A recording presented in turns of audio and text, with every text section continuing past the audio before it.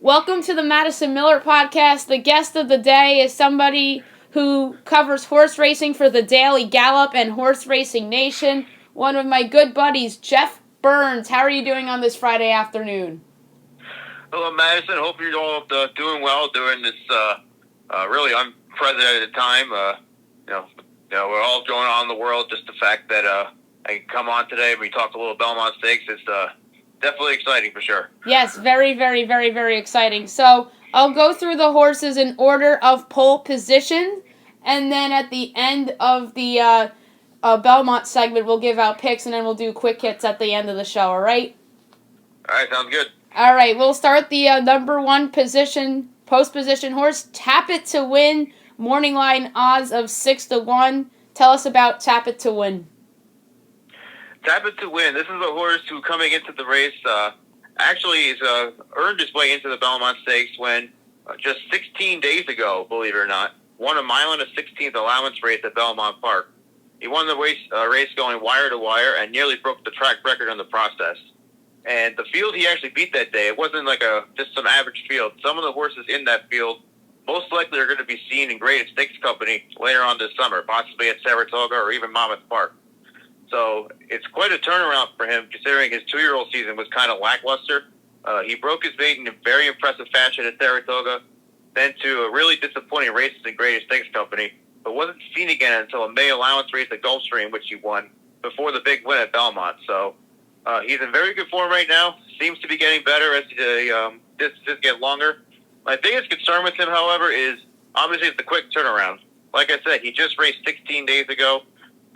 So could possibly he could get a bounce out of the race, meaning like he could run good one day, then the next race he could run a complete another lackluster race. So that's my biggest concern. But if he can use his speed, the one hole obviously is going to be good for him because if he can get a clean break, he can go right to the front. If he can set good fractions, he could definitely be tough to catch. Yes, I did read a lot about Tap It to Win. I did a little bit of prep before you came on and looked him up, and he's been hot before this race. And the horse in the 2 post position is Sol Volante, who was 9-2 on the morning line odds. Tell us about Sol Volante. Well, fun fact first, Sol Volante, I believe, is actually Italian for flying sun. So got the connection going for him on that. But Sol Volante actually, we talked about Tap It to Win when he raced 16 days ago. Sol Volante ran 10 days ago, actually at Gulfstream Park in Florida. He sat off of a quick hot pace between 2 pace setters, and he actually won the race in very impressive fashion going away. This is a closer, so considering this race is a one-turn mile and an eighth this year, that could possibly hurt his chances because Belmont Park historically hasn't been very kind to closers, so he's going to need speed up front. The good thing for him, though, is that he's never been worse than third in his career. Like I said, the quick turnaround could possibly worry me. The big thing he has going for him, though, is that he has never finished off the board in 6 career starts. 4 of those races have been wins, and so if he's in good form right now, I think he could have a chance to win. But like I said, the 10-day layoff could be a concern for me. Yeah, that could be pretty concerning. Post position number 3 is Max Player, 15-1 on the morning line odds. Tell us about Max Player. Well, Max Player actually is a horse that has not run since February 1st. So he's coming into this race off a very long layoff. He was actually pointing for the Wood Memorial in early April at Aqueduct, but that race was canceled as a result of the COVID-19 pandemic. The good thing going for him, though, is that he has won at this distance before, the mile and an eighth. He won that race in the Wither Stakes at Aqueduct in his last start back on February 1st. The thing that concerns me about him is one, of course, is the long layoff. He's coming in off a 4.5-month layoff. Some horses need a race in between to just kind of get their legs going for them again. And he's coming into the Belmont Stakes like very tepid form. He's a talented racehorse to me, but the question is, does he truly belong in this class? His one Graded Stakes win was against Grade 3 company, against horses who, kind of really aren't as subpar or kind of mediocre at best. So that's what my concern for him is. These are the same connections, actually. The owner of this horse is George E. Hall, who is the owner of Ruler on Ice, who won the 2011 Belmont Stakes. So The Connections definitely have won this race in the past. He also it was a pretty slow time for him in the withers, so he's going to have to improve mightily if he's going to have a chance to win. Yeah, that does sound like a bit of concern with the long layoff and like how you mentioned about how he doesn't have like a lot of the reputation as the other horses do. Number 4 in the post position is Modernist. Same number morning line odd for as Max Player with 15-1. Tell us about Modernist. Modernist is coming into this race off in pretty good form. He has won at this distance twice before, including the Risen Star Stakes back in February at the Fairgrounds of Louisiana. His last start, however, came on March 21st when he was third in the Louisiana Derby. He can go to the lead, or he could be a stalker, so that's the good thing about him. This horse actually was not confirmed for the Belmont Stakes until about Monday evening. He was originally pointing for the Ohio Derby at this time next week, but he worked a sharp 5-furlong drill at Belmont Park on Sunday, and the Connections decided all systems go for the Belmont Stakes. And with this horse, actually, there could be some history on the line. His trainer, Belmont, as of right now, is currently sitting at 4,999 career wins. So if he were to win the Belmont Stakes, that would be career win number 5,000. So that would be one way to get a Triple Crown victory and make a little history as well. Yeah, that is a huge milestone for sure. The 5 horse in the post position is Farmington Road, also 15-1 on the morning line odds. Tell us about Farmington Road. Farmington Road, the interesting thing about him is, if this race were actually at 1.5 miles, he probably would have been my top pick. Because if you actually look at his form and look at his style, he's kind of a grinder and kind of a horse that he's going to need more distance. It should get better as the distance gets longer. But I think the 1.5 miles kind of hurts him for him on Saturday. But his form actually has been pretty good. He's been in the top 4 in all 3 stakes races he's run. He was 4th in the Risen Star, was 2nd in the Oaklawn Stakes, and then was kind of a mediocre 4th in the Arkansas Derby. He has been working well in the mornings for trainer Todd Fletcher, and excuse me. But he has to improve significantly if he's going to win this Belmont on Saturday.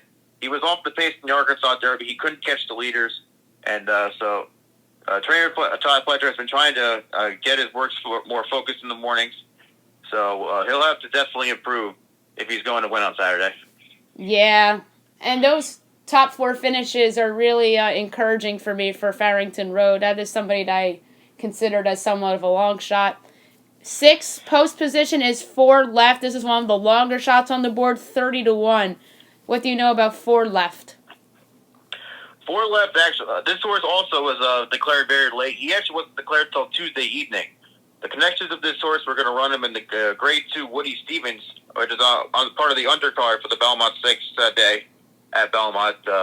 Connections thought, hey, it's 2020, anything can happen, so why not enter him in this spot? He's a good horse, but I think he's a cut below these horses. His career started off good. He went early 2 for 2, including a stakes win at Belmont Park. Then throughout the summer and fall, he ran some lackluster races throughout the rest of 2019. His trainer, Doug O'Neill, actually took him to Dubai for the Winter Carnival over in the UAE. And he actually won the UAE 2000 Guineas, which is going a one-turn mile. So he has the experience of going the one turn and beating a classy field.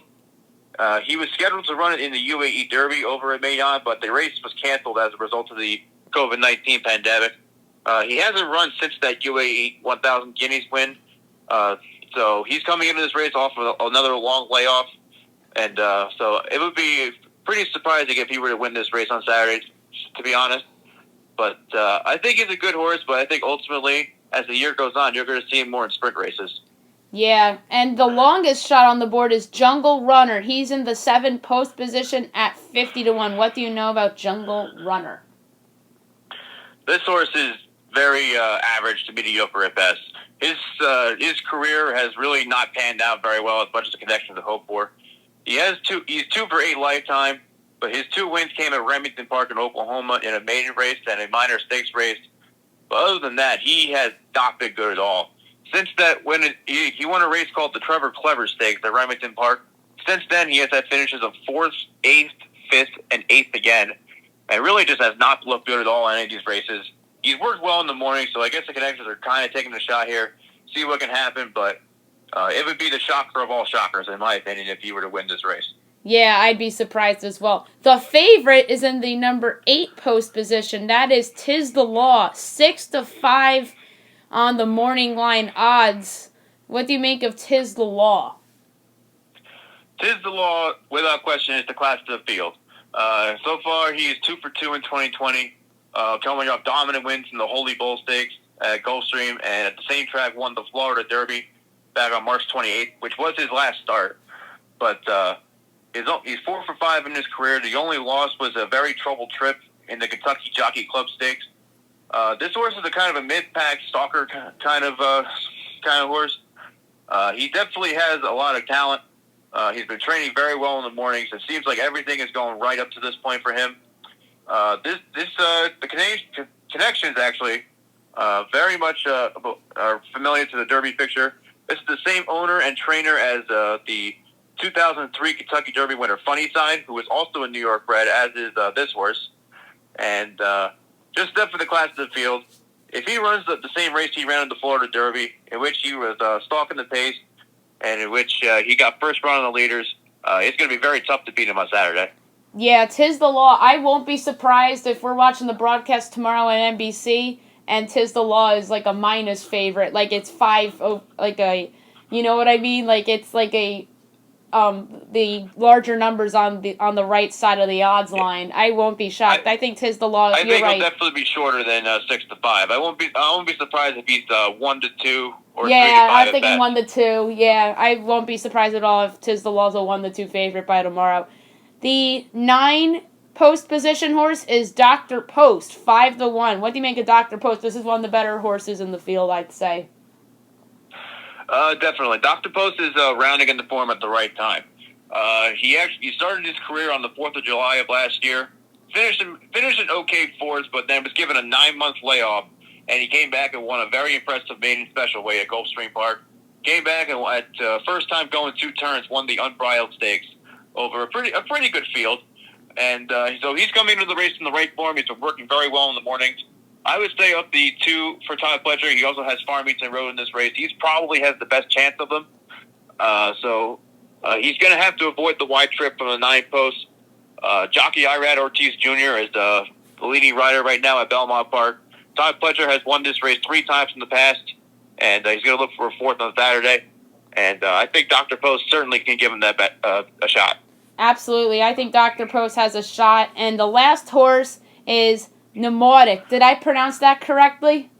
Pneumatic. Pneumatic. I know the P was silent there. 8-1 morning line odds. Tell us about Pneumatic. Pneumatic is another horse that's kind of rounding into form at the right time. He won the first 2 starts of his career at Oaklawn Park. He won a 6-furlong sprint, and then won a mile and won a 2-turn race, in which there was some pretty good horses in that field. It also won't surprise me if the field he beat at Oaklawn that day won't be in a Brady Stakes Company in the summer as well. But he made his stakes debut in the Matt Wynn Stakes at Churchill Downs back on May 23rd. And he was a very good third in that race, only beaten about a length behind a horse named Maxfield. Maxfield, who was a multiple Brady Stakes winner, was originally pointing for the Belmont Stakes. Until the trainers made it audible, was going to point for the Bluegrass instead. But he got hurt while training and actually had to go to the sidelines for a while. So the field he was facing in the Matt Wynn was a very good field. So he's been training very well coming in. He posted a sharp 5-furlong workout about 2 weeks ago. So he'll be racing in mid-pack. He's going to need a good pace in front of him. His trainer, Steve Asmussen, always brings his best horses on the big days. So with the right trip, I think he definitely can get first run. And it's going to be a question if he has enough talent at the end. Yep. All right. So let's do win, place, show. That's what we normally do with these races when I've had you on. We'll each give out our wins, then our places, and our shows. Who's your pick to win? Ultimately, of these horses, I'm actually going to go with Pneumatic. I think the number 10 Pneumatic is he's rounding into form in the perfect timing. He's coming off of sharp workouts coming in. His jockey Ricardo Santana Jr. has won a lot of races, big races at Belmont Park. Steve Asmussen, like I said, can never count him out. I think the 10 post could serve me slightly because he could get a wide trip, but I think this horse is just rounding into form at exactly the right time. I think with the class that he has, he could possibly upset this field. I like it. I'm going to go with Tap It to Win at 6-1 for the win. Tap of the Win's coming in this one hot. I believe in hot horses. And plus, Tap of the Win has won at Belmont before. That matters to me. I'm going to go with Tap It to Win. How about place? For place, I will go Tis the Law. This horse he's in very good form right now. The 3-month layoff slightly concerns me, but I think this horse is simply too good. My one concern is that maybe Barclay Tagg has been kind of underestimating the field, his trainer. But I think if Tis the Law runs this race, he could run very well. It's just going to be a matter of if he can overcome the 8 post. I agree with you. I'm going to go Tis the Law for place as well. I think it's going to be a close call between Tis the Law and Tap at the Win. And I think Tis the Law will place. And I think that, like I said, it'll be very, very close. How about Show? Show, I would go Tap It to Win. He's in the right form right now. He won very impressively 16 days ago. And if he brings that same race to the Belmont Stakes on Saturday that he ran back on June 4th, I think he'll definitely very much be a player.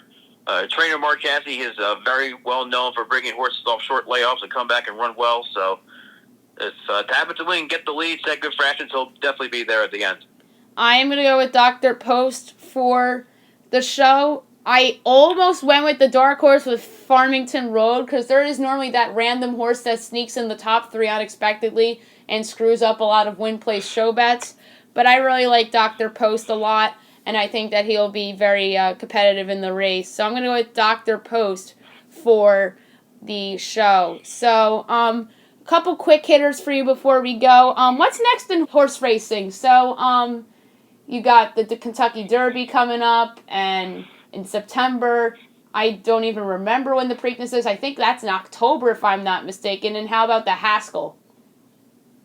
Well, first up, the Preakness will be held on October 3rd. It will be the final jewel of the Triple Crown. The Kentucky Derby is September 5th. So it's the Triple Crown this year very spread out. Hopefully for the first and only time we have to see this. I think I can speak for a lot of people in the racing industry. But as far as the Haskell goes, the Haskell is currently, as of now, will be held on July 18th. And so that's something very much to look forward to at Monmouth Park. And earlier today, it was announced that the Travers Stakes at Saratoga will be held on August 8th. It will still be held at the 1.25 mile distance. Okay, that's pretty good. And then what about that race that's only at the end of October? I'm blanking on the name of it. That's around Halloween time. I believe we're talking the Breeders' Cup? Breeders' Cup, yeah. Well, the Breeders' Cup, as of now, is still scheduled to go on at Keeneland Racecourse in Kentucky. I believe it will be held the first week of November, but right now it's very closely monitoring the situation, and I'm sure more details will come out as the races come closer. I would agree with that. What do you make of the NBA's plan to come back? And I know there's COVID spikes in Florida right now. I do think they'll eventually come back and do the playoff thing in Orlando. But what do you make of that plan in general? I think it's a good plan. I think as long as the players are comfortable, as long as the NBA officials make the players comfortable, as long as they're in good shape, as long as they have the proper amount of testing and the proper amount of medical professionals on site, I just hope it goes off as according to plan. I think the right number of teams are down there, so right now we can just, especially as you said, Florida numbers are starting to spike again, it looks like. So right now we just got to hope and pray for the best. Yeah, exactly. The NFL, do you think that starts on time? I think it's a tough call. Right now, if you asked me this question about a week or two ago, I probably would have said yes. But it looks like a number of Cowboys and Texans players recently tested positive for COVID. And so I think it's right now a tough call to say if it's exactly will start on time. I think it's just got to keep monitoring it as we get closer. I agree. I think it's going to be monitored as it goes on, and as long as the players are asymptomatic and they're doing well, I think they will start on time. And then last but not least, I think this is the biggest story in sports right now, Major League Baseball. Do you think it ultimately comes back and they settle on the March 26th agreement with a couple of changes, or do you think they ultimately cancel the season? I hope they come back.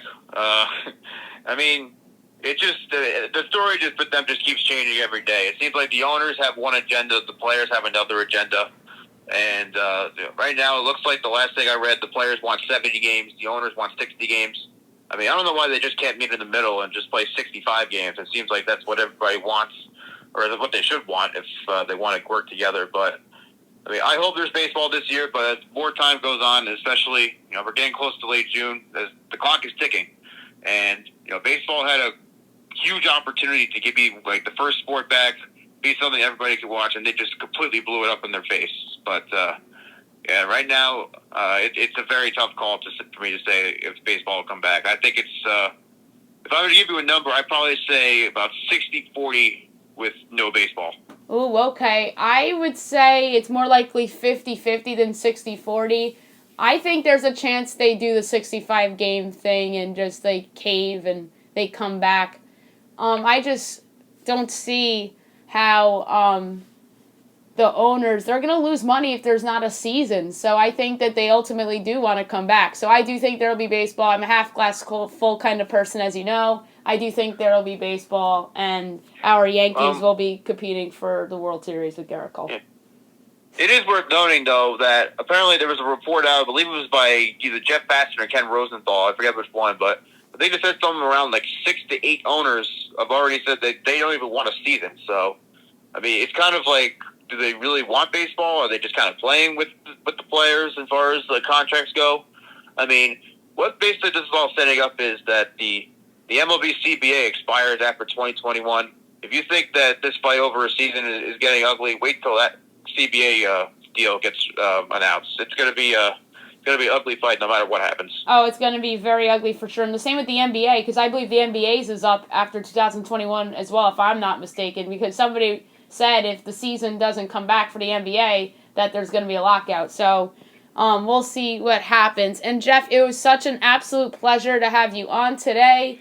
I'll certainly have you back on again, maybe when sports comes back, maybe when there's another big race or whatnot, and hopefully we do well with our predictions for this Belmont race. Thank you, man. It's great to talk to you again. Stay safe out there, and hopefully we'll talk again soon. Absolutely.